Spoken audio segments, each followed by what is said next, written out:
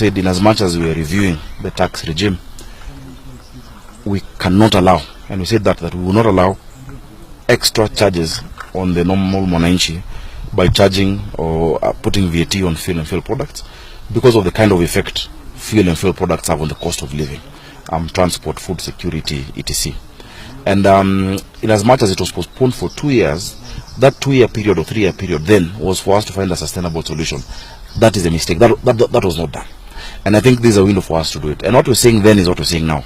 That in as much as whatever we need to tweak, whatever we need to look at in the Finance Act, in the VAT law, income tax or whatever, let us adjust but not touch fuel and fuel products because of the very direct impact it has on the common Kenyan. And remember, how much is this that we're looking for from that fuel, VAT on fuel? It's just 30 billion compared to a 3 trillion budget.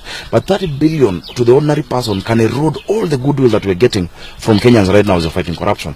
We lose more than that 30 billion from corrupt officers in public service. We lose more than 30 billion in devolution where they're corrupt governors. Why don't we tighten?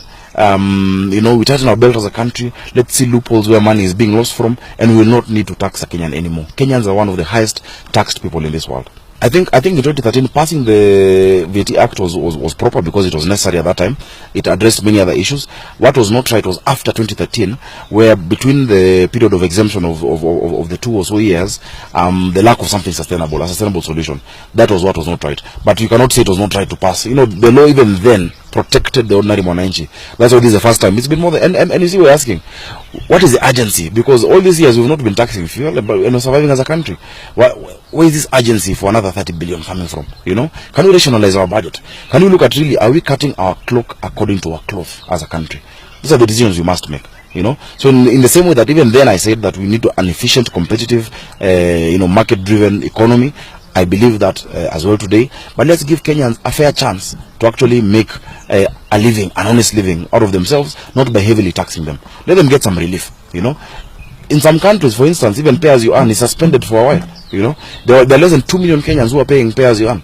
But that 30%, if you suspend it for a while, that money comes back into the economy, for instance. And those are some of the proposals I wish we could be looking at. How do we encourage Kenyans, especially now that we're fighting corruption?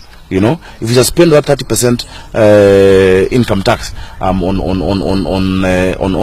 ordinary people who are earning from government, do you know how much more money you'll inject back into the economy directly?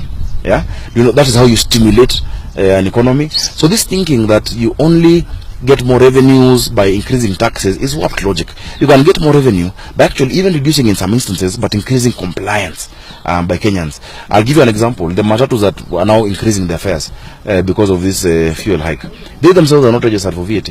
Yeah, so they can't even benefit from the input and output VAT when they're doing their returns. Yet they will increase it by more than 25%, by more than 30%, because so people will take advantage of those increases. So we're saying for now, please, Your Excellency, and those advising him from within Treasury, let's review this.